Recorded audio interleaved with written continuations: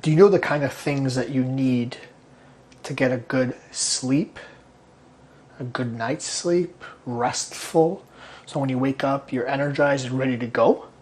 There's a lot of factors in there, but I want to talk about the environment in your room and how that affects you. Of course, there's things that you do during the day that affect your sleep quality at night, and we could talk about that in the future. But the point in this case is, how do you affect your sleep environment? How do you change the environment around you to get the most restful sleep? There's some things around timing and like the length and quality of your sleep, and we could talk about that too in the future. But right now I want to talk about your sleep environment. What should your bedroom be like for you to get the best kind of sleep? So the idea is that it's very dark. You don't want any sun creeping into your room, because that hits the sensors in your eyes and tells your brain that it's still daytime, and it might affect the release of melatonin and that sort of thing that does not allow you to fall asleep. And as people get older, they tend to become a little bit more sensitive to this. So my first recommendation is to get the blackout blinds that sort of make your room totally dark. So that's the first one. Second of all is your room should be cool, not cold, not hot, cool.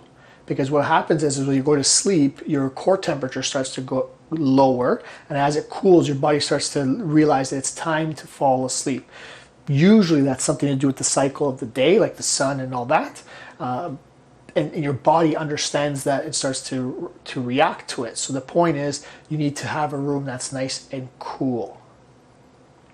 Now, sometimes there's some sound pollution that keeps you awake and keeps your brain sort of just a little bit on alert.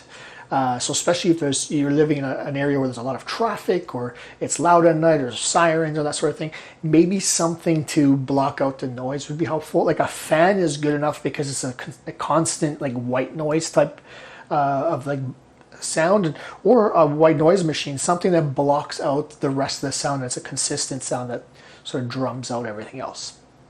Of course, you should have a bed that's updated, comfortable, not too hard, not too soft. You have the appropriate pillows. Some people get rid of pillows altogether because they feel like that gives them better posture.